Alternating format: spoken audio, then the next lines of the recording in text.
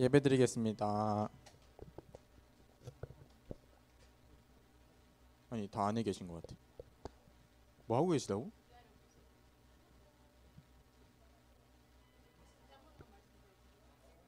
예배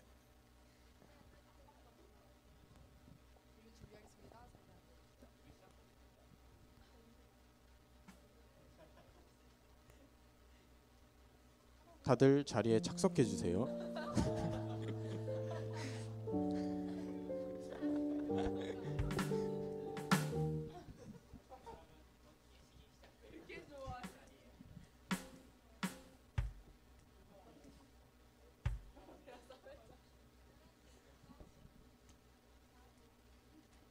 안녕.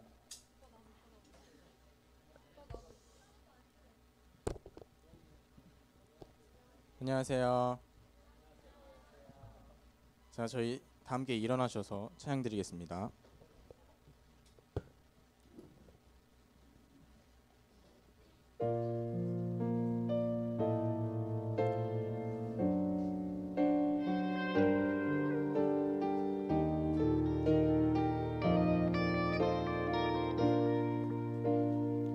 주 안에 우린 하나, 주 안에 우린 하나, 모습은 달라도 예수님 한 분만 바라네.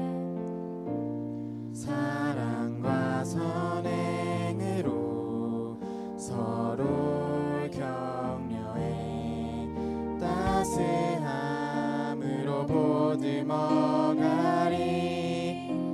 주님 우리 안에 함께 하시니 형제 자매의 기쁨과 슬픔 느끼네. 내 안에 있는 주님 모습 보네. 그분 기뻐하시네.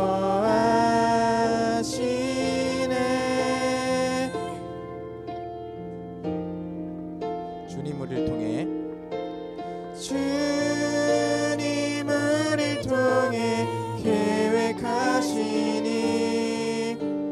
부족한 입술로 찬양하게 하시니.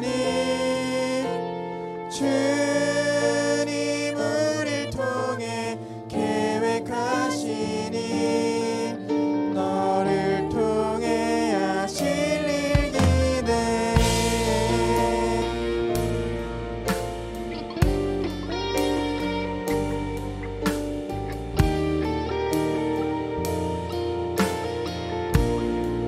주 안에 우린 하나,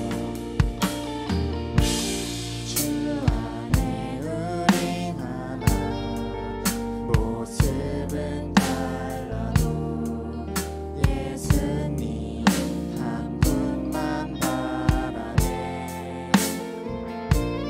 사랑과 선행으로 서로 격려해 따스함으로 보듬어가리.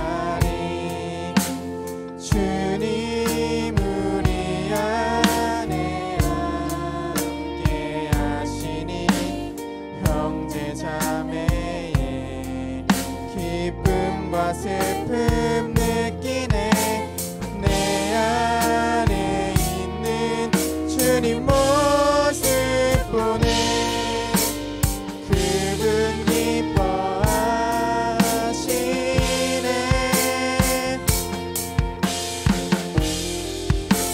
주님 우리를 통해, 주님 우리를 통해 계획하시니 부족한 입술로 찬양하게 하시니. 주님 우리를 통해 계획하시니 너를 통해. 이 시간 서로 축복하며 고백하겠습니다.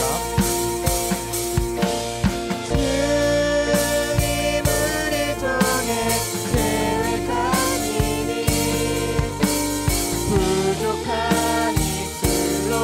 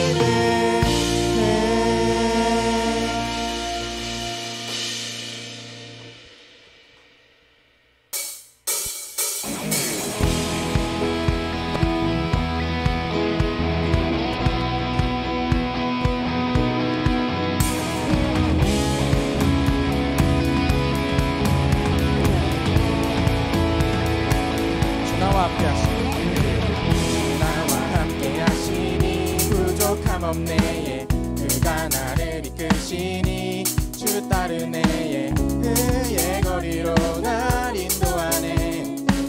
내 영혼 노래해. 얻은 길 걸어갈 때 나 노래하네. 주 나와 함께 하시니 나 두려움 없네. 주의 선함과 인자심 평생 날 따르리. 찬양 높이 계신 주께 우리 맘을 열어 높여 모든 영광 돌리세. 주 사랑한다 함께 나와 높이세. 주의 영원해. 찬양 높이 계신 주께 우리 맘을 열어 높여 모든 영광 돌리세. 주 사랑한다 함께 나와 나와 함께 하시니 나와 함께 하시니 부족함 없네. 그가 나를 이끄시니 주 따르네. 그의 거리로 날 인도하네. 내 영혼 노래해. 얻은 길 걸어갈 때 나 노래하네. 주 나와 함께 하시니 나 두려움 없네. 주의 선함과 인자심 날 따르리. 찬양 높이 계신 주께 우리 맘을 열어 높여 모든 영광 돌리세. 주 사랑한다 함께 나와 높이세. 그의 영원해. 찬양 높이 계신 주께 우리 맘을 열어 높여 모든 영광 돌리세. 주 사랑한다 다 주께 나와 높이세. 그의 영원해. 찬양 높이 계신 주의 영광 우리 주 아버지 주의 나라 주의 영광 영원히. 찬양 높이 계신 주의 영광 우리 주 아버지 주의 나라 주의 영광 영원히.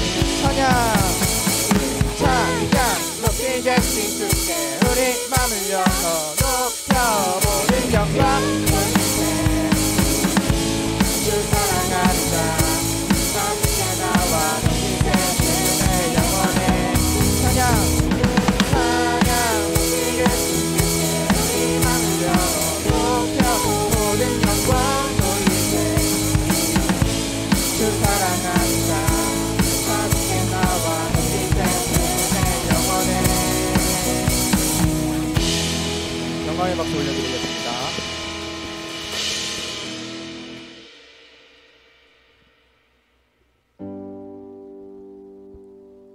하나님은 우리를 사랑하셔서 찢으신 붙이는 분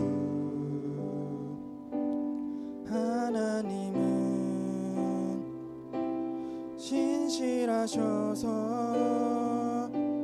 죄인들의 아바 되어 주시네. 아버지 우리는 죄지었습니다. 끝까지 따르지 않았습니다. 이제는 하나님 뜻 지키렵니다.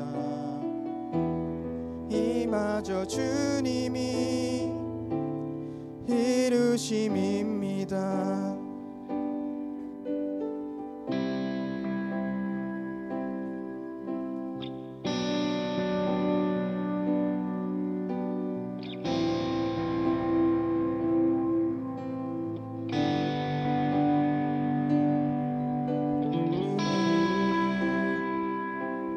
우리를 사랑하셔서 찢으신 우리를 붙이는 듯 하나님은 신실하셔서 죄인들의 아바 되어 주시네. 아버지 우리는 죄지었습니다. 끝까지 따르지 않았습니다. 이제는 하나님 뜻 지키렵니다. 이마저 주님이 이루심입니다. 아버지 우리는 죄지었습니다. 아멘. 끝까지 따르지 않았습니다. 이제는 하나님 뜻 지키렵니다.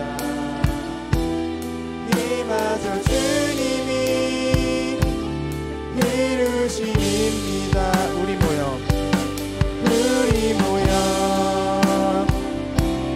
찬양하자. 제일 먼저 예배하자. 영화로운 주의 이름. 아멘 아멘. 우리 모여 찬양하자. 제일 먼저 예배하자. 영화로운 주의 이름. 아멘 아멘. 아버지 우리는 죄지었습니다. 끝까지 따르지 않았습니다. 이제는 하나님 뜻 지키렵니다. 이마저 주님이 이루심입니다. 아버지 우리는 죄지었습니다. 끝까지 따르지 않았습니다.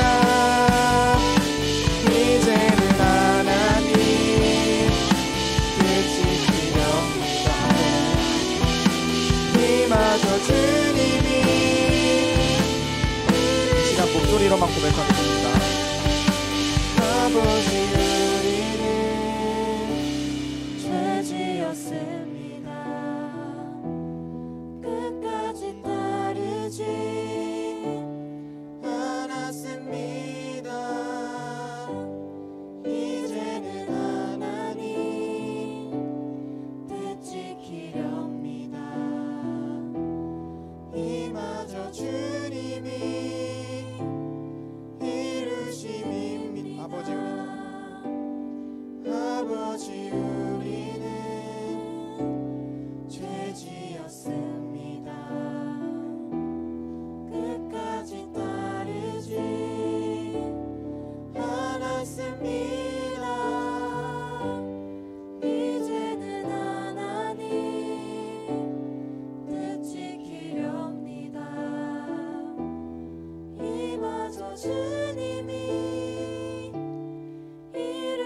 이마저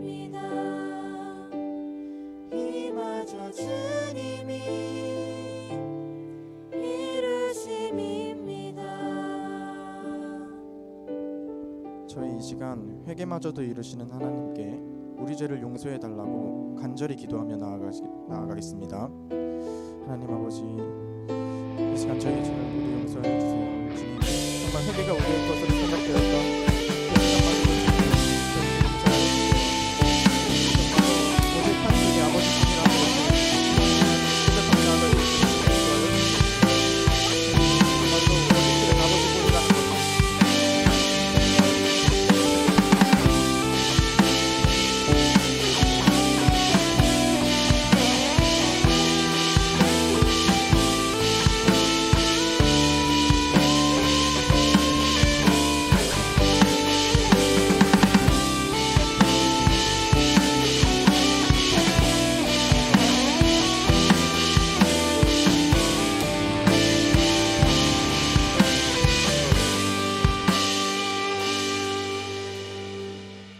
예수님의 이름으로 기도드립니다. 아멘. 사도신경으로 우리의 신앙을 고백하겠습니다. 전능하사 천지를 만드신 하나님 아버지를 내가 믿사오며 그 외아들 우리 주 예수 그리스도를 믿사오니 이는 성령으로 잉태하사 동정녀 마리아에게 나시고 본디오 빌라도에게 고난을 받으사 십자가에 못 박혀 죽으시고 장사한 지 사흘 만에 죽은 자 가운데서 다시 살아나시며 하늘에 오르사 전능하신 하나님 우편에 앉아 계시다가 저기로서 산자와 죽은 자를 심판하러 오시리라. 성령을 믿사오며 거룩한 공예와 성도가 서로 교통하는 것과 죄를 사하여 주시는 것과 몸이 다시 사는 것과 영원히 사는 것을 믿사옵나이다. 아멘. 교동문 20번 시편 33편입니다.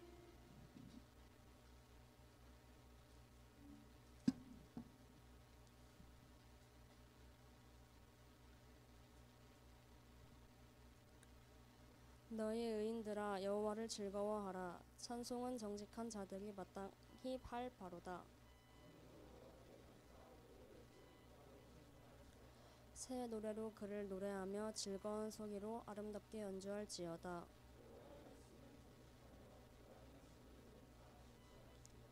그는 공의와 정의를 사랑하시며 세상에는 여호와의 인자하심이 충만하도다.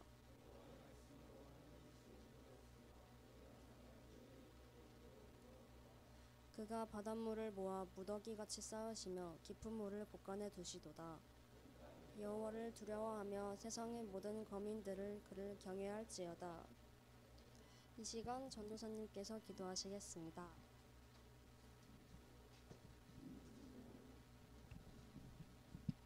하나님, 우리에게 회개를 명하시지만 친히 회개를 이루시고 우리의 자격과 우리의 공로로는 하나님의 얼굴을 바라볼 수 없지만 하나님께서 자신이 가장 사랑하시는 그리스도의 얼굴을 우리에게 내어주심으로 말미암아 우리가 하나님께 나아갈 수 있음을 고백합니다. 오늘 찬양의 가사처럼 우리의 회개를 이루어주시는 하나님을 바라보길 소망합니다. 그리스도의 영광을 이 시간 온전히 나타내 주시옵소서. 이 모든 말씀 예수님의 이름으로 간절히 기도합니다. 아멘.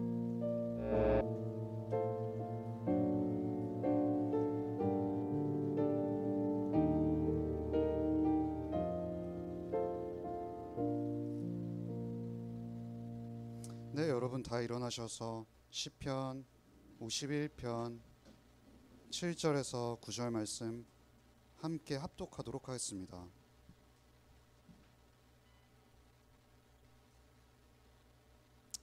네, 같이 읽겠습니다. 우슬초로 나를 정결하게 하소서. 내가 아직 다 안 찾으신 것 같아서 한 번만 다시 읽을게요. 51편 시편 51편 9에서 11절 제가 뭐라 했나요? 아 그래요? 네, 9에서 11절 읽으셔도 괜찮긴 합니다. 네, 7절부터 9절인데 아마 그러면 7절부터 9절을 같이 읽을까요? 우슬초로 나를 정결하게 하소서. 내가 정하리이다. 나의 죄를 씻어 주소서. 내가 눈보다 희리이다.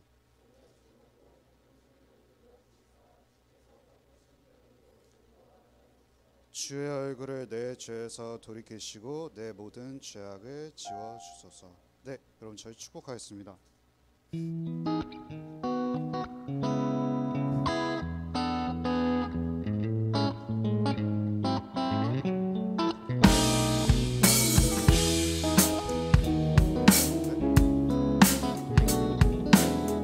하나님의 사랑이 하나님의 사랑이 당신의 삶 가운데 가득하기를 축복합니다. 하나님의 은혜가 우리 여러분 저희 뒤에 새 친구 한 명 있거든요. 너무 부담스럽지 않게 축복해 볼까요? 좀만 견뎌. 하나님의 사랑이 당신의 삶 가운데 가득하기를 축복합니다. 하나님의 은혜가 우리 가운데 가득하길 기도합니다. 네, 여러분 앉읍시다. 오늘 설교의 제목은 얼굴을 돌이키시고입니다. 하나님께서 우리처럼 얼굴을 갖고 계실까요? 이건 어찌 보면 하나님께서 우리의 수준으로 낮춰주셔서 자신을 표현하신 방법이겠죠. 여기서 혹시 그 연애하는 친구들 언제 남자친구들이 가장 무서울까요? 됐어? 를 말을 하지 않아도 얼굴을 돌리면 여러분 어떤 걸 알고 있죠? 이 사람과 나의 관계가 멀어졌구나라는 걸 눈치가 적지 않다면 단숨에 알아차릴 수가 있겠죠. 그러면 이렇게 남자친구가 어떻게 될까요? 그래 뭐 네 멋대로 해라고 하면은 어떻게 되죠? 여러분도 경험하실 겁니다. 뭐 지금 제가 뭐 앞서 들어봐서 알지만 여러분 뭐 30대 이전에 결혼할 수 있겠다고 하시지만 그런 심보로는 뭐 결혼하기는 어렵겠죠.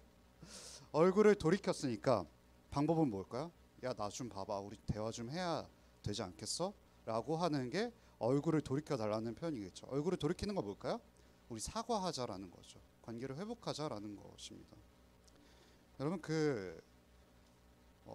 우리는 세상이 회개를 좋아하지 않아요. 왜냐하면 회개는 죄를 고백하는 거잖아요.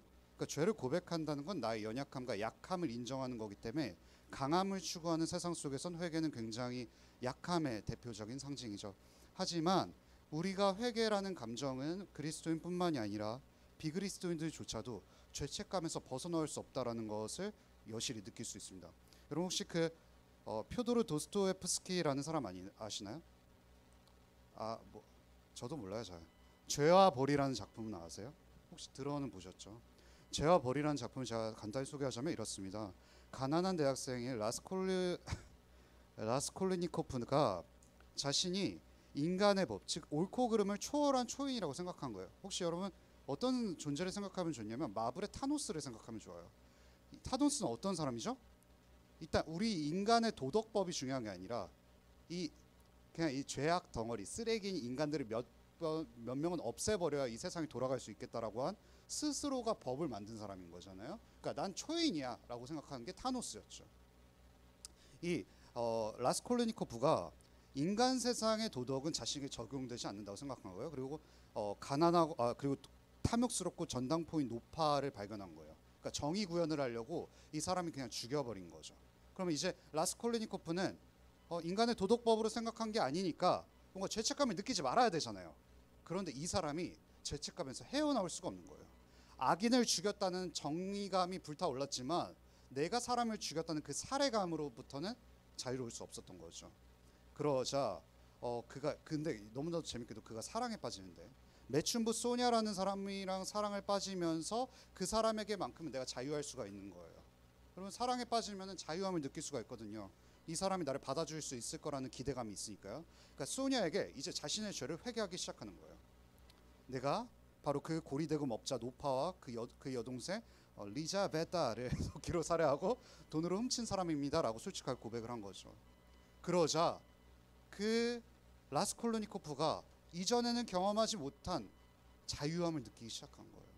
그러면서 이 소설에서 가장 빛나는 부분인데 소니아가 이 죄의 고백을 듣고 나서 라스콜로니코프에게 하는 말이 뭘까요? 당신은 도대체 자신에게 무슨 일을 저지른 거죠? 라고 말하는 겁니다. 그럼 잘 생각해 보세요. 라스콜리니코프는 사람을 죽였기 때문에 그 죽임 살해당한 사람이 무슨 일을 당했냐라고 질문하는 게 마땅하지 않아요? 근데 소냐는 이렇게 말하는 거예요. 너 자신에게 도대체 무슨 일을 한 거야? 라고 말하는 거예요. 왜 그럴까요? 이렇게 말한 거죠. 여러분 이겁니다. 이게 왜 소냐가 이렇게 말하면 죄는요 자기 파괴적이기 때문이에요. 죄는 죄를 저지른 사람에게 더 큰 상처를 안겨요. 사실 여러분 살해하면은 본인의 여러분 그런 거죠. 원수를 내가 복수하겠어. 내 부모님을 살해한 그 존재를 내가 대신 죽임으로 말미암아 복수심을 불타오르는 걸 내가 잠재우겠어라고 하면은 정말 그 아들이 살해한 다음부터 자유로운 삶을 살까요? 내가 살해했다는 그 두려움과 압박감 때문에 난 언젠가 심판받을지도 모른다라는 그 두려움 속에서 늘 쫓겨다닐 거예요. 그러니까 죄는 늘 자기 파괴적이에요. 그런 의미에서 여러분 죄를 고백하는 건요 나를 살리는 길이에요. 죄를 고백하는 건 나의 약함을 드러내는 것 같지만 진짜 나의 근본적인 나의 나됨을 보여주면서 어떤 존재가 나를 완벽하게 받아줬다라는 그 자유로움으로부터 출발하는 게 회개라는 겁니다. 그러니까 회개는 세상이 말하는 약함이 아니라 진짜 강함으로부터 나갈 수 있는 첫걸음인 것이죠. 따라서 우리는 왜 회개해야 되는지, 어떻게 회개해야 되는지, 그리고 그 회개를 완성시킨 분이 있다라는 것을 오늘 살펴보므로 설교를 마무리하려고 합니다. 여러분 시편 51편은 누구의 고백일까요? 혹시 아시나요? 다윗의 고백이에요. 왜 다윗이 이렇게 처절한 회개의 시를 썼을까요? 여러분 이게 어떤 배경이 있냐면 다윗이 그토록 이스라엘에서는 가장 선왕이라고 하면은 누구를 뽑는지 아세요? 다윗을 뽑아요. 그리고 이스라엘 민족 역사를 통틀어서 두 사람을 늘 거론해요. 누굴까요? 이스라엘 역사 중에서 대표적인 두 명. 이 사람은 거의 예수님급이에요. 누군지 아세요? 십계명을 전달받은 중개인인 모세와 두 번째 누굴까요? 오늘 본 다윗이에요. 그렇다면 이렇게 대표적으로 거론된 두 사람이라면 완벽해야 되지 않겠어요? 그래서 우리보다 좀 나은 삶을 살아야 되지 않냐고요. 그런데 다윗이 어떤 죄를 저질렀는지 아세요? 누구를 죽였는지 아세요? 죽인 것뿐만이 아니라 간음을 먼저 저질러요. 누구랑 하룻밤을 보냈을까요? 밧세바라는 사람을 보내요. 근데 그 밧세바는 누구의 아내였을까요? 자신의 가장 충직한 부하였던 우리아의 아내였어요. 여러분 자신의 가장 충직한 아내라면 여러분 다윗은 마음만 먹으면 어떤 여자랑도 만날 수 있는 사람이었을 거 아니에요. 근데 하필 많고 많은 여자 중에서 자기가 그토록 아끼던 부하의 아내에게 눈이 홀라당 반해버린 거예요. 그러니까 간음을 했죠. 여러분 죄는요 연쇄적이에요. 늘 한 죄는요 다른 도미노를 넘어뜨리게 돼 있어요. 그 죄를 무마시키려면 어떤 일을 벌여야죠? 그 죄로 인해서 피해받을 사람을 존재를 없애버려야 되는 거죠. 그래서 다윗이 생각한 건 뭐냐면 머리가 굉장히 빠르게 작동돼서 우리아를 전쟁의 한복판으로 내세운 거예요. 이 방법을 왜 했을까요? 자신의 손에 피 묻히기 싫어서요. 이거는 어찌 보면은 되게 이기적인 방법이에요. 차라리 자기 손으로 죽이는 거는 내 그 죄가 얼마나 참혹한지를 자기가 직접 바라보는 거거든요. 근데 살인 교사를 시킴으로 말미암아 내가 그 죄에서는 자유로워지고 싶은 마음이었던 거죠. 간음을 저질렀더니 살인까지 이어진 거죠. 그러면서 다윗이 1년간은 죄책감에서 벗어난 시기가 있었어요. 그럼 참 재밌죠? 다윗이 어떻게 그렇게 중대한 죄를 저질렀음에도 불구하고 죄책감 없이 1년을 잘 살 수 있었을까요? 하다가 이제 죄를 고백하는 장면이 오늘 본문인 겁니다. 여러분 why? 왜 회개해야 될까요? 시편 51편 11절 한번 같이 읽어보겠습니다. 좀 시작.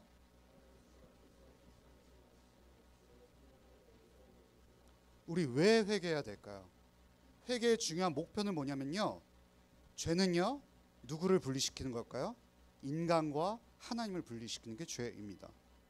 그렇기 때문에 죄의 목표는 그 분리된 그 간극을 좁히는 거죠. 여러분 이사야 59장 1에서 2절 한번 같이 읽어볼게요. 좀 시작.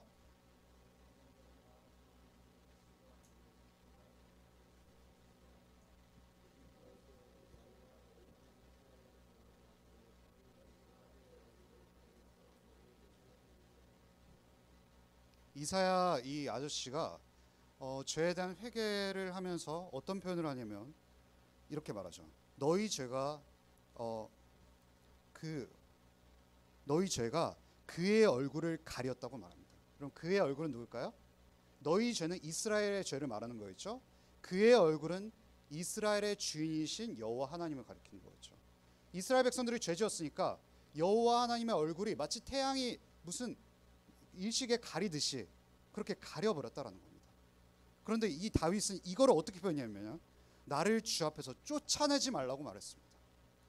주의 성령을 내게 거두지 마소서라고 말했겠죠. 여러분이 만약에 학교나 회사 어디든 아무도 소속이 없다면 밤늦게까지 놀다가 그냥 늦게 들어도 괜찮아요. 내일 지각하는 거는 내가 어디에 소속된 것이 없기 때문에 문제가 되지 않죠. 그럼 만약 생각해 봅시다. 아내와 남편이 신혼 첫날 밤을 보내고 얼마 안 지났는데 남편이 계속해서 늦어요.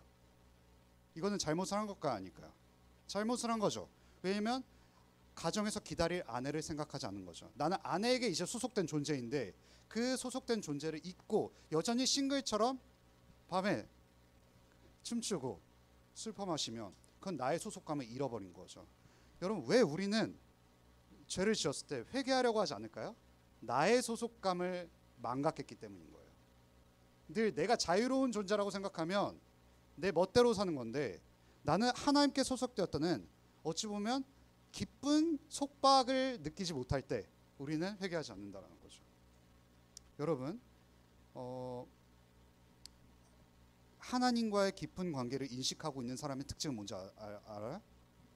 여러분, 하나님 말씀대로 잘 지키면 회개하지 않을까요?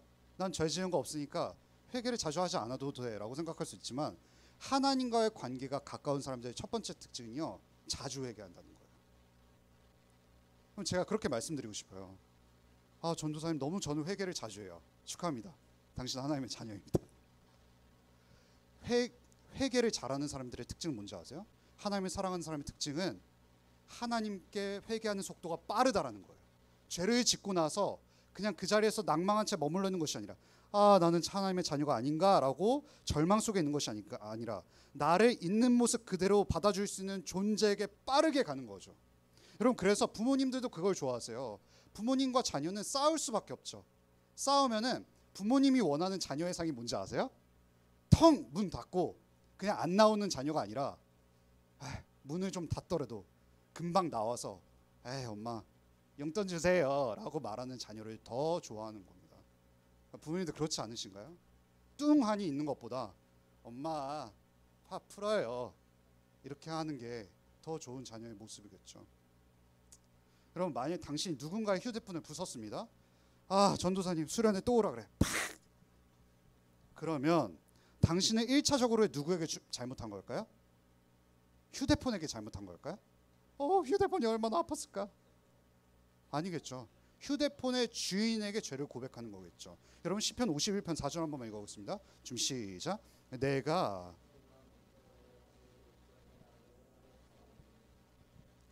그럼 그거 아세요? 지금 다윗이 어떻게 고백하는 거냐면요, 하나님, 죄를 고백하면서 내가 주께만 범죄하였다고 말을 하는 거예요. 진짜 다윗이 염치도 없지. 다윗이 지금 누구한테 잘못을 했어요? 우리아랑 밧세바한테 잘못했죠. 그럼 우리아랑 밧세바한테 얼른 가서 싹싹 빌어야 되는 거 아니에요? 그런데 다윗이 참된 회개의 감정을 성령님께서 일으키시니까 첫 번째로 죄를 고백한 사람이 누구냐면 우리아와 밧세바가 아니라 우리아와 밧세바의 주인인 여호와 하나님께 죄를 고백하기 시작했다는 거예요. 그렇다면 여기서 드는 질문, 그럼 밧세바와 우리아한테는 죄를 고백하지 않았을까요? 아니죠. 그의 주인께 고백을 했다면 그의 주인이 사랑하는 두 존재에게 자연스럽게 회개할 수밖에 없죠. 여러분, 우리가 지금 무슨 말을 하는 거냐면요, 나의 잘못은 결국 어떤 대상들에게 있다는 것도 있지만 1차적으로 궁극적으로 하나님께 잘못을 했다는 겁니다. 우리가 친구들과의 관계가 어그러졌을 때 가장 먼저 화해해야 될 대상은 누굴까요? 하나님이죠. 제가 그거 측면이 있어요. 뭐냐면 우리가 누군가의 관계가 계속 안 좋아진다는 것은 결국 하나님과의 관계가 안 좋다는 것을 한번 점검해 봐야 돼요. 여러분, 혹시 여기 중에서 선생님들 중에서 남편과 아내 사이가 나빠지는 분들이 계시다면 제가 결혼을 안 해서 드릴 자격이 전혀 없지만 하나님과의 관계를 먼저 체크해 보시는 게 1번인 것 같습니다. 그리고 친구들 중에서 형제 자매들과의 관계가 안 좋잖아요. 그럼 100% 하나님과의 관계가 붕괴될 확률이 굉장히 높습니다. 지금 다윗이 해결한 건 뭐냐면요, 가장 첫 번째 화해의 대상에게 죄를 고백하기 시작한다는 거죠.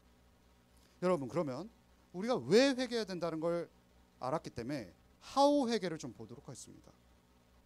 여러분, 제가 첫 번째 여기를 뭘 썼을까요? 죄의 결과만, 증상만 고백하는 것이 아니라 죄의 뿌리까지 고백해야 된다라는 겁니다. 여러분, 혹시 그 시편 51편 1에서 3절 펼치셨나요? 그거 한 번만 같이 읽어볼까요? 준비 시작. 하나님이여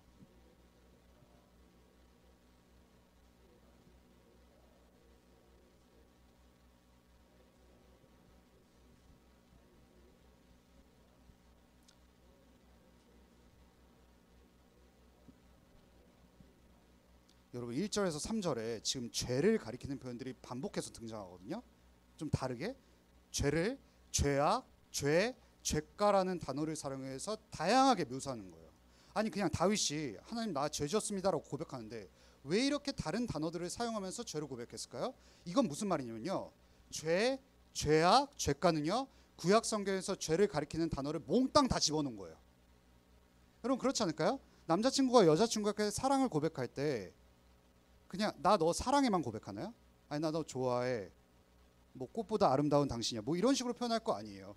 그러니까 내가 사용할 수 있는 언어의 최대치를 사용해서 그 상대를 기쁘게 하거나 용서를 할 때 어떻게든 나에게 극진한 용서를 빌 때는 내가 쓸 수 있는 단어를 최대한 썼을 거란 말이에요. 그러니까 다윗이 한 건 뭐냐면, 나는 하나님 진짜 죄인이에요. 정말 죄라는 죄는 몽땅 지은 놈입니다라고 고백을 하는 거예요. 즉 자신이 아주 철저한 죄인이고, 그럼 그거 아세요? 여러분이 죄를 지어서 죄인이 아니에요. 죄인이기 때문에 죄를 짓는 거예요. 죄인이기 때문에 죄가 마음껏 배출되는 거가 바로 우리의 현실이라는 것이죠. 여러분, 그래서 시편 51편 5절 한번 같이 읽어보겠습니다. 준비 시작. 내가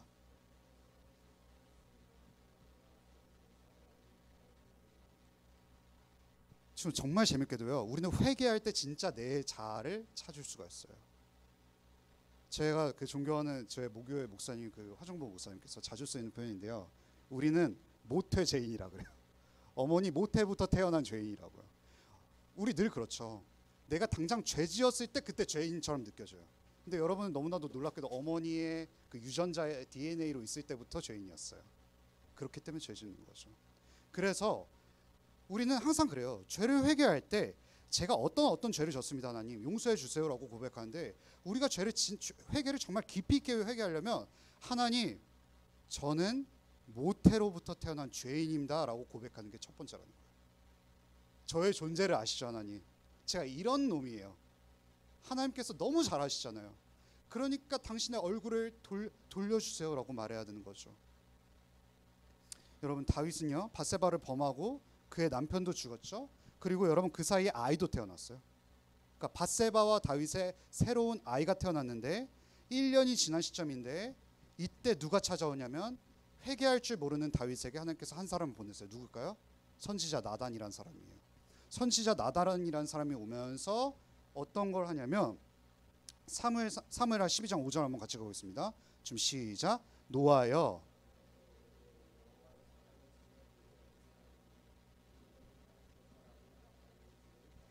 나단이 갑자기 다윗에게 한 이야기를 꺼내요. 한 사람을 죽여놓고도 떵떵거리면서 태어난 척 사는 다윗에게 나단이 한 예화를 들려줍니다. 그 예화는 뭐냐면, 한 성배 부자와 가난한 사람이 있었는데, 부유한 사람이, 여러분 부유한 사람 암양이 얼마나 많았겠어요? 근데 부유한 사람이 가난한 사람의 작은 암양 하나 새끼를 빼앗은 거예요. 얼마나 부당한 처사 아닙니까? 그런데 그렇게 뺏은 암양을 자기에게 온 손님에게 대접을 한 거예요. 가난한 사람이 얼마나 답답한 심정이겠어요? 그러니까 이제 사무엘하 편처럼 다윗이 이야기를 듣고 굉장히 노하기 시작합니다. 어떻게 그런 사람이라면 하나님의 살아계심을 두고 맹세하노니 이 일을 행한 그 사람은 죽어 마땅하다라고 말하는 거죠. 근데 나단이 누구를 겨냥해서 한 말일까요? 너가 이런 놈이야 임마, 이런 거예요. 죄송합니다. 그래서 사무엘하 12장 7절 어떻게 말하냐면, 당신이 그 사람이다라고 말해요, 나단이. 여러분, 잠자고 있던 다윗의 양심이 얼마나 화들짝 놀랐을까요? 제가 예전에 포켓몬스터 카드 그 살려고 작은 누나 500원 훔치고 네가 그 사람이다라고 했을 때 얼마나 화들짝 놀랐는지 아시나요, 여러분? 다윗이 이때 정말 놀랐을 거예요. 실제로 사무엘 하 11장에 다윗이 간음과 살인을 하는 장면이 동시에 연속적으로 나오거든요. 근데 너무나도 놀랍게도 다윗이 죄책감이 없는 듯 하는 모습으로 연속적으로 빠르게 그 일들을 처리해요. 다윗이 어떻게 그렇게 나쁠 수 있죠? 여러분, 그렇다면 다윗은 율법을 몰랐을까요? 하나님이 그 일을 싫어하는 줄 몰랐을까요? 다윗은 어떤 고백을 한 사람이냐면요, 시편 1편 2절에 이렇게 말해요. 여호와의 율법을 즐거워하여 그 율법을 주야로 묵상한다, 이렇게 말해요. 다윗은 그런 사람이었어요. 율법을 모를 수가 없었던 사람이란 말이에요. 그런데 그마저도 심지어 십계명뿐만이 아니라 모세오경이라고 하는 창세기, 출애굽기, 레위기, 민수기, 신명기를 다윗은 100% 분명히 암송했을 거예요. 그렇게 율법을 잘 알고 있던 사람마저도 죄책감을 느끼지 못했다는 것은 도대체 어떤 이유였을까요? 바로 이것에 대해 팀 켈러 목사님이 이렇게 말해요. 의심할 바 없이 모종의 양심의 가책이 찾아왔지만 다윗은 이리저리 자기 행동을 스스로에게 합리화했대요. 필시 자기 연민을 통해 그리했을 거라는 거죠. 그의 과중한 직무와 거기에 요구되는 희생을 감안하면 이 정도 일탈쯤은 저지를 권리가 있다고 스스로에게 속삭였을 거라는 거예요. 이게 무슨 말일까요? 다윗은요, 왕이기 때문에 굉장히 바쁜 업무 속에 있었을 거예요. 그리고 나름대로 희생하는 사람이 살았겠죠. 그러니까 다윗의 마음속에 이런 마음이 있는 거예요. 내가 이렇게 중대한 업무를 맡고 힘든 사람인데 이 정도 죄는 내가 좀 저지를 수 있는 거 아닐까? 그냥 국가에 지나가는 한 일 중 하나일 뿐일 거야 라고 생각을 한 거죠. 여러분, 죄의 중요한 특징이 뭔지 아세요? 굉장히 기만적이라는 거예요. 나를 양심을 잠재울 수 있을 정도로 속삭인다라는 거예요. 코로나 시절에 이런 일이 굉장히 많았죠. 여러분, 코로나 한 명만 발생해도 우리가 그 사람 뭐 대놓고 욕하진 않았지만 거의 댓글에서는 테러였잖아요. 그렇지 않아요, 여러분? 코로나 초창기 시절에는 저 사람 때문에 우리 사회가 망가진다라고 생각을 했던 거예요. 그런데 그때 여러분 어떤 일이 발생했냐면 비행기 값이 뚝 떨어졌거든요. 여행을 못 가니까. 그렇게 욕을 하던 사람들의 마음속에 어떤 마음이 품었을까요? 저가 비행을 통해서 당장이라도 제주도를 좀 가고 싶어하는 계획을 이미 다 짜버린 거죠. 여러분, 이건 어떤 특징을 보는 걸까요? 저가 비행을 꿈꾸면서 코로나 걸리는 사람을 욕하는 자기 기만적인 거예요. 내로남불이라고 하죠. 남이 하면 불륜, 내가 하면 로맨스인 것이죠. 우리는 스스로를 그렇게 끊임없이 속이기 때문에 양심 또한 잠재울 수 있는 아주 모태 죄인들이라는 겁니다. 나단이 그것을 일깨운 거죠.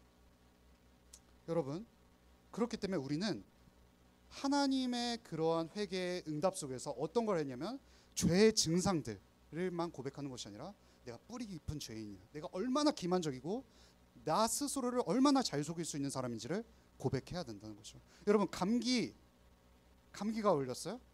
의사가 기침하는 것만 잠재워야 될까요? 아니죠. 감기의 뿌리를 건드려야죠. 약을 처방할 때 기침약만 처방하면 안 되고 감기의 원인 그 자체를 해결할 수 있는 것을 제대로 짚는 것이 바로 명의라고 할 수 있겠죠. 두 번째, 여러분, 회개를 할 때요, 우리의 죄의 뿌리까지 건드릴 뿐만 아니라 벌받기 두려워서 벌벌 기도하는 게 아니라 하나님과의 교제를 꿈꾸면서 기도해야 된다는 겁니다. 여러분, 사무엘상 15장 24절 한번 같이 읽어보겠습니다. 준비 시작.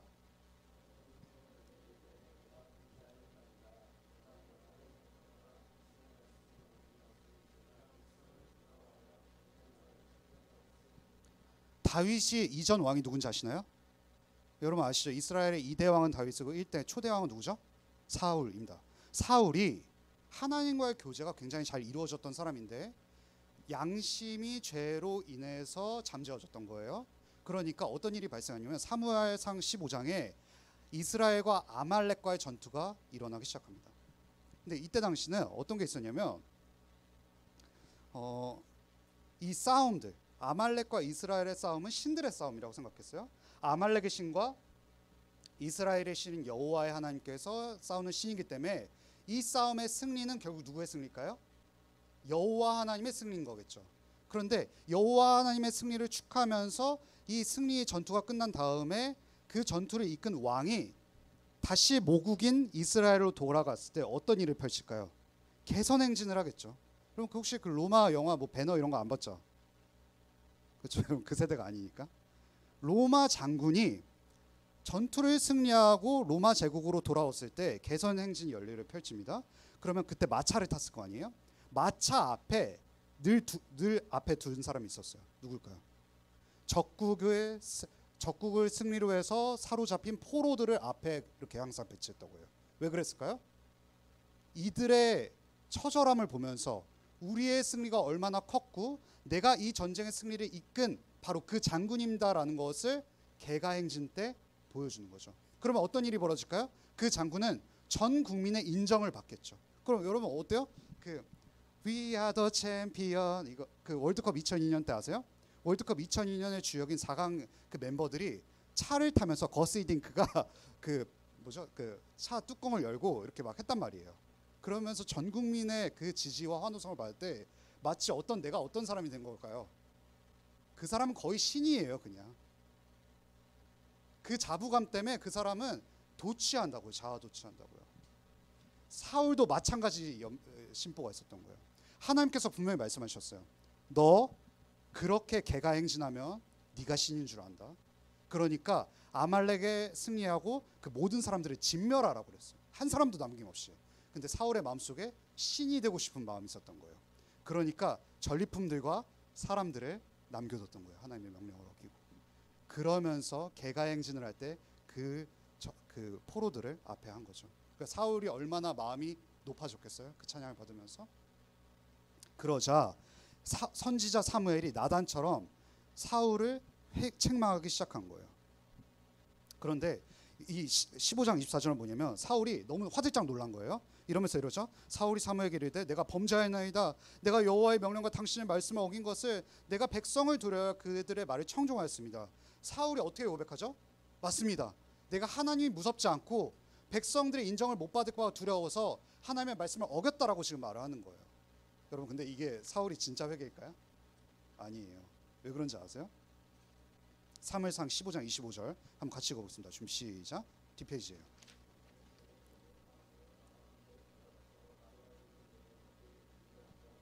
여러분 여기 지금 어떤 사울이 말이 급하니까 이러는 거예요. 지금 당장 내 죄를 사하여 주세요. 왜 나의 죄를 회개하는 걸까요? 나로 하여금 하나님 여호와께 경배하게 하소서 이러는 거예요. 지금 이런 거죠. 나의 죄를 씻어주세요. 그래서 하나님의 얼굴을 보길 원한다고 지금 사울이 고백하는 것처럼 보이지만 이건 지금 여호와께 경배한다는 표현은 승전 감사 제사라고 해서 승리를 한 사람들이 감사 제사를 통해서 하나님과 사람들이 그 제사를 보면서 이 사울을 인정하게끔 만드는 제사를 할 수 있게 해달라고 지금 사무엘에게 요청하는 거예요. 왜냐하면 그때 당시 제사는 사무엘만 할 수가 있었거든요. 사울 왕이 직접 하지 못했기 때문에 사울 왕이 하나님이 두려워서가 아니라 이 승전 감사 제사를 못할까 봐 두려워서 지금 회개하기 시작하는 거예요.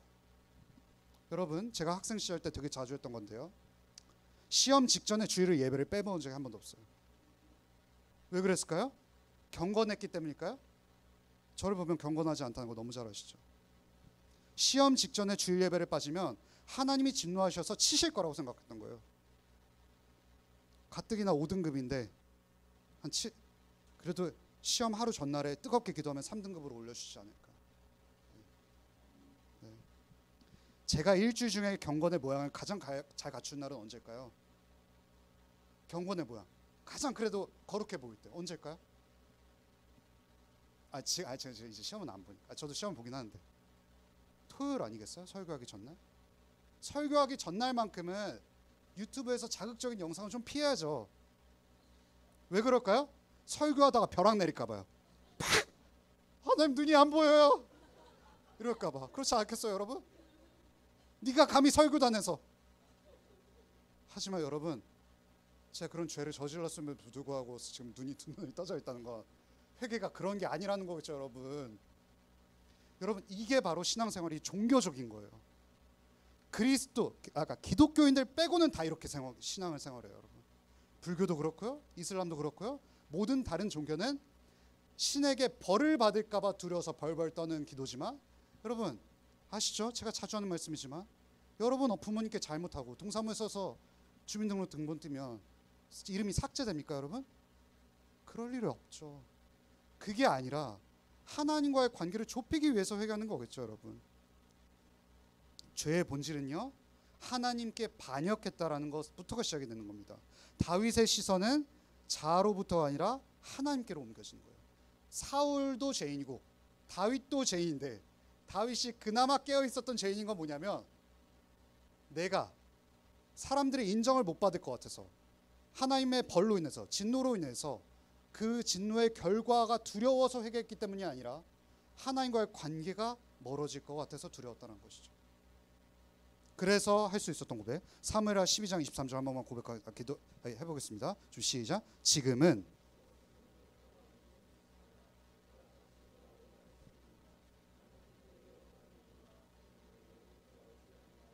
지금은 죽었대요. 누가 죽었을까요?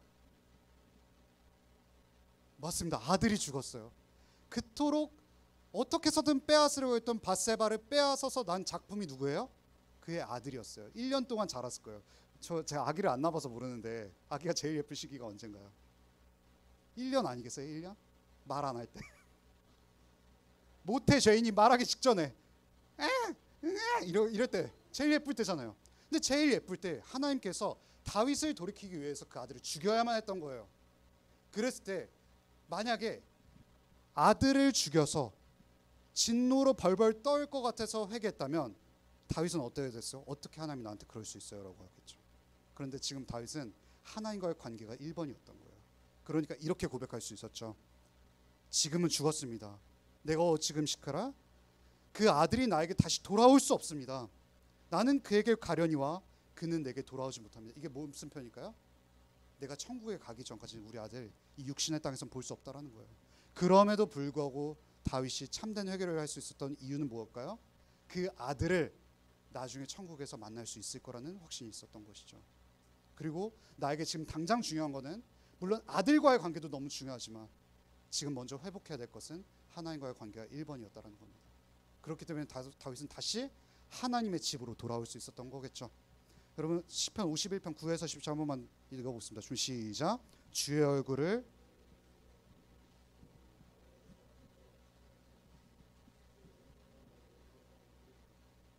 하나님 없이 모든 것을 가진 사람은 사실 모든 것을 잃은 사람입니다.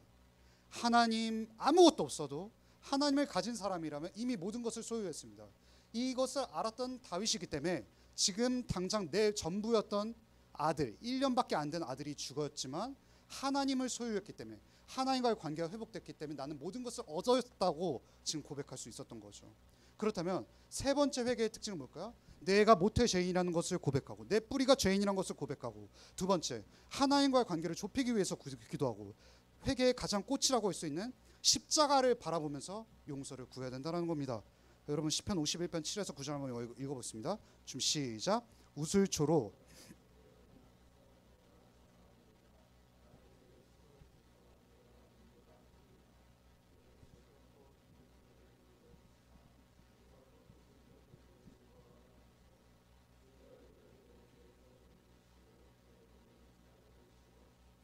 지금도 그 래퍼들이 라임 맞추는 거 되게 중요하잖아요. 뭐 이러면 감옥이라는 학교로 입학 뭐 이런 거 하지 않습니까? 그러니까 지금 글자로 맞추는 거잖아요. 근데 참 재밌게도 이스라엘의 이건 시잖아요. 노래거든요. 이 노래 또한 앞뒤로 이게 흔히 말해서 우리가 수미상관이라고 그러죠. 편지지 봉투처럼 연결되어 있다고 해서 앞절에 1에서 3절에 죄를 표현하기 위해서 죄과 죄악이라고 해서 마음껏 단어를 표현함으로 나의 회개를 했던 거잖아요. 그러면은 자연스럽게 시의 마지막 부분에서는 나의 용서를 구하면서 용서에 대한 단어를 마음껏 얘기해야 되지 않을까요? 뭘까요? 보면은 2절 7절에 이렇게 말하는 거예요. 말갛게 정결하게. 그리고 시의 거의 마지막 부분이라고 할 수 있는 1에서 9절은 어떻게 했냐면 지우다라는 표현을 쓰는 거예요. 근데 그 지우는 과정 속에서 중요한 워딩이 하나 등장하는데 7절에 뭐가 등장할까요? 우슬초가 등장을 해요. 여러분 우슬초가 뭘까요? 우슬초는요 어떤 거냐면 그 민수기에 이런 거죠. 죽은 시체를 만지면 그때 당시에는 부정했다 그래요. 그러니까 이스라엘 백성 중에서 시체 만지는 사람이 있으면은 공동체 잠시 밖으로 나가서 부정하다 입으로 가리면서 공동체와 격리되어야 됐거든요. 그 공동체와 격리된 시점이 끝나면 마치 코로나 격리 시점이 끝나면 다시금 코로 넣어서 그거 확인해야 되잖아요. 이때는 다시금 공동체에 돌아올 수 있었던 격리의 시간이 끝나는 징표가 뭐냐면 우슬초로 말갛게 그것을 지우는 의식을 했던 거예요. 이게 뭘까요? 너는 죄가 지금 지워졌다라는 거죠. 그리고 중요한 거, 레위기에는 어떤 게 있었냐면 문둥병 환자가 나왔을 때 그를 정결하기 위한 표가 뭐냐면 그때도 우슬초로 했던 거예요. 이게 무슨 뜻일까요? 너는 더 이상 이제 죄가 없다라는 것을 가리키는 거겠죠. 그거 아시나요? 유월절 어린 양의 피, 출애굽기 12장 할 때 문설주와 인방에 피를 바르지 않을까요? 그 피를 뭘로 발랐을까요? 우슬초로 발랐다는 겁니다.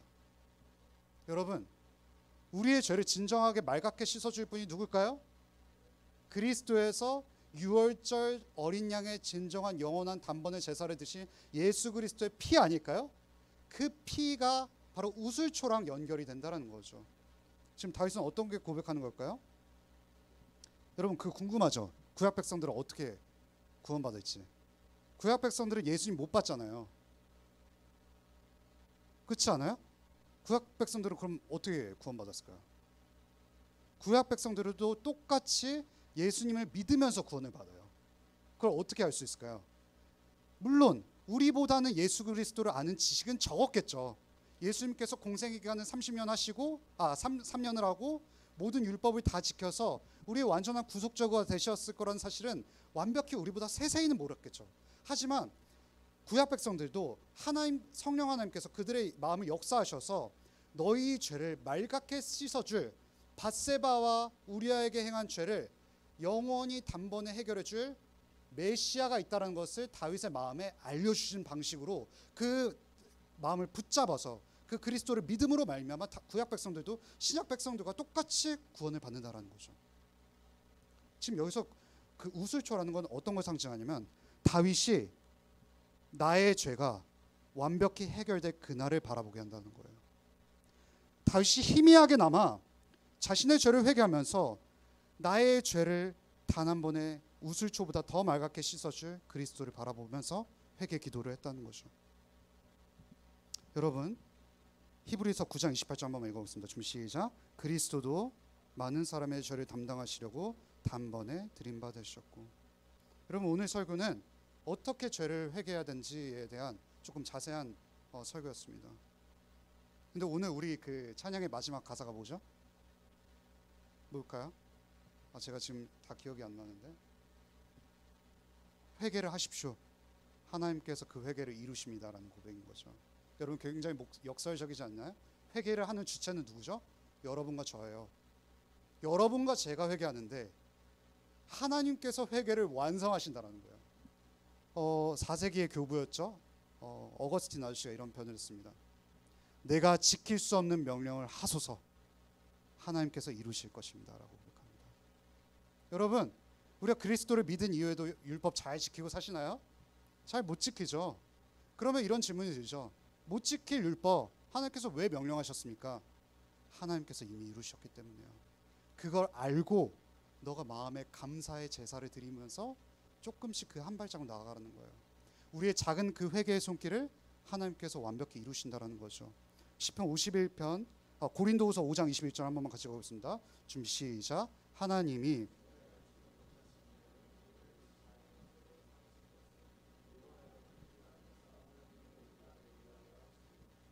여러분, 시편 51편 9절을 어떻게 표현하면요? 이렇게 표현해요. 주의 얼굴을 내 죄에서 돌이키사라고 고백합니다. 다윗이. 여호와 하나님, 나의 죄 때문에 당신이 지금 나의 얼굴을 나와 교제하지 않고 계시는 것 같아요. 나 당신과 교제하고 싶어요. 얼굴 좀 돌이켜 주세요 라고 말할 수 있었던 다윗의 그 근거 있는 자신감은 무엇이었을까요? 바로 예수님께서 2000년 전에 십자가 위에서 여호와 하나님의 얼굴을 못 봤기 때문인 겁니다. 여러분, 시편 51편 1절 고백하고 마무리하겠습니다. 준비 시작. 나를 주 앞에서 쫓아내지 마시며. 그렇게 죄 많은 최악의 범죄를 저지른 다윗이 하나님과의 교제에 있어서 쫓겨나지 않을 수 있는 근거 있는 자신감은 뭐였을까요?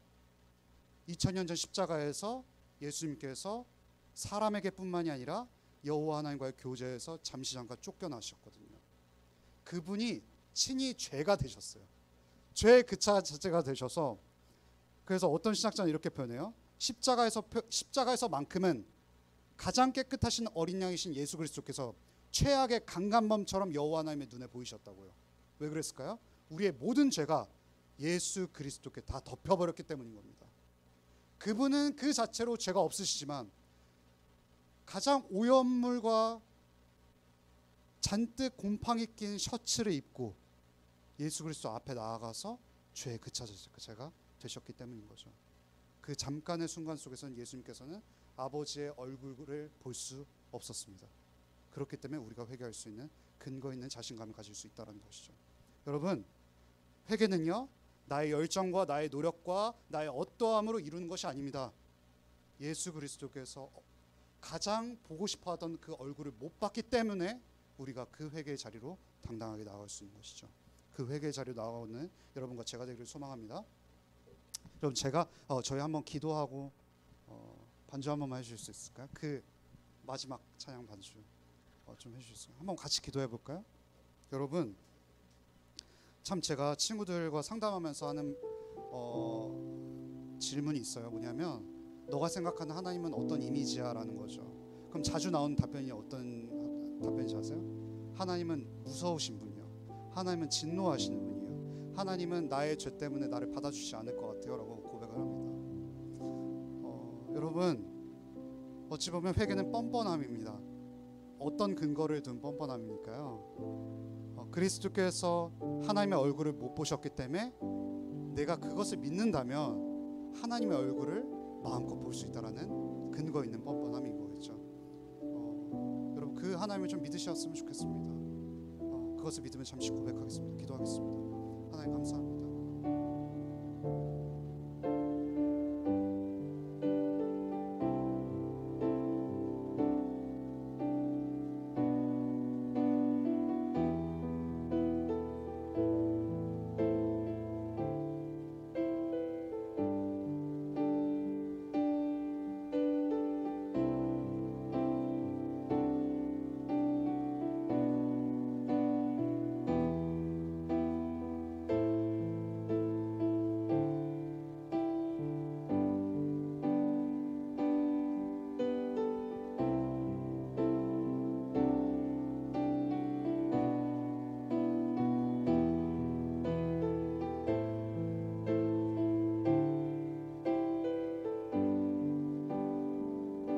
하나님, 우리는 모태 죄인입니다. 죄를 지었기 때문에 죄인이 아니라 죄인으로 태어났기 때문에 죄를 집니다. 그래서 자꾸만 하나님과의 거리가 멀어지고 하나님께서 나를 받아들여 주시지 않으면 어떨까라는 두려움 속에 어찌 보면 회개를 주저하게 됩니다. 하지만 그리스도께서 우슬초로 자신의 가장 완벽한 제사를 드리셨기 때문에 우리가 당당히 뻔뻔하게 회개의 자리로 나아가겠습니다. 우리를 인도하여 주시옵소서. 이 모든 말씀 예수님의 이름으로 간절히 기도합니다. 아멘. 봉헌하겠습니다.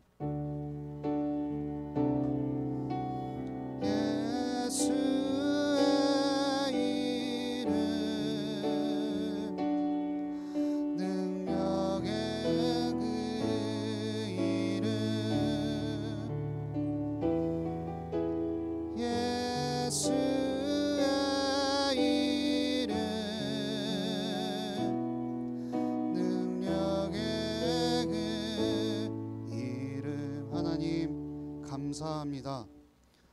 우리의 어찌 보면 늘 항상 걱정하고 염려로 섞인 재물을 하나님께 돌려드림으로 하나님께서 완벽한 제사를 이루셨다는 그 사실을 기억하기 소망합니다. 이 귀한 손길을 축복하여 주시옵소서. 이 모든 말씀 예수님의 이름으로 간절히 기도합니다. 아멘. 여러분, 저희 잠시 영상 하나 보시고 불 좀 꺼주실 수 있을까요? 이것도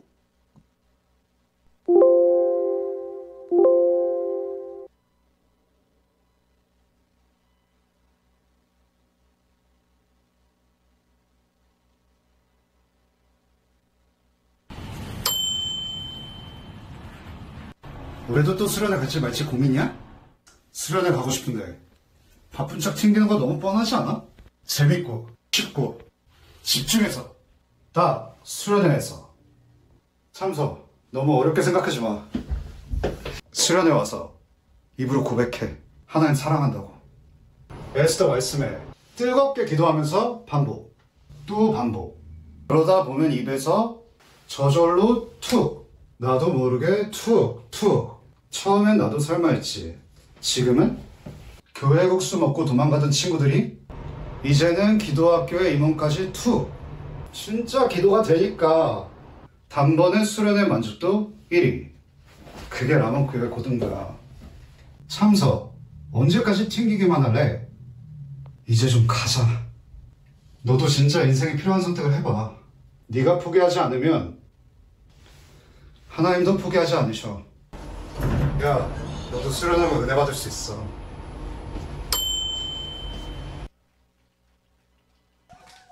예, 여러분, 이게 뭐 엄청난 관종인 것 같은데 어쨌든 저희 어제 제가 그 구글 설문 조사를 보니까 15명만 했더라고요. 여러분 15이면 여러분 저 울어요. 그래서 우리 저 목표가 있거든요. 우리 한번 28은 가봅시다 여러분. 그래서 지금 여러분 설문지 들어가세요. 알아요. 귀찮아서 안 하는 거. 그러니까 일단 여러분 안 가셔도 가는 걸로 체크하면은 또 안 가면 되잖아요. 또 그 뒤에 그렇죠. 일단 가는 걸로 하는 거예요. 가고 일단 돈도 내는 거예요. 또 환불도 해드리니까 그렇죠. 그래서 일단 지금 들어가세요. 안 하신 분들. 저 안 한 사람들 다 이 명단 알거든요. 그래서 핸드폰 꺼내는 신용이라도 한번 해봅시다. 일단 그렇고요. 저희 또 회비 바로바로 납부해주시면 너무 감사하겠습니다. 저희 기도학교는 이제 쉽니다. 쉬고 이제 하반기에 또 하려고 하고요. 어쨌든 잘 또 하반기를 마무리하면서 다음 주부터는 에스더 이제 설교합니다. 그래서 기대하시는 마음으로 하시면 좋을 것 같습니다. 저희 주기도문하고 마무리하겠습니다. 하늘에 계신 우리 아버지여,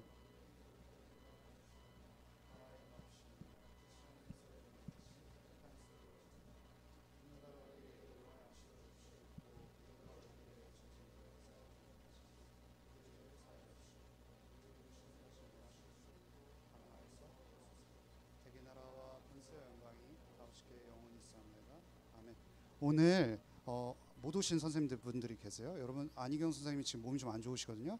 기도해 주셨으면 좋겠어요. 그리고 김범석 집사님 저희 이집트로 출장 가셔서 어쨌든 요즘 그 지역이 굉장히 위험한 지역이기 때문에 잘 무사귀환하실 수 있도록 좀 기도해 주셨으면 좋겠고, 김범석 집사님 반은 저희 부장 집사님이랑 하시고 안타깝게도 그 안희경 선생님 반은 저랑 하도록 하겠습니다. 네, 새 친구는 그 재우 친구죠. 그러면 재우랑 같이 하고 좀 저랑 오늘 같이 밥을 먹어도 좋을 것 같은데. 그래서 그건 끝나고 물어보겠습니다. 예, 흩어지겠습니다.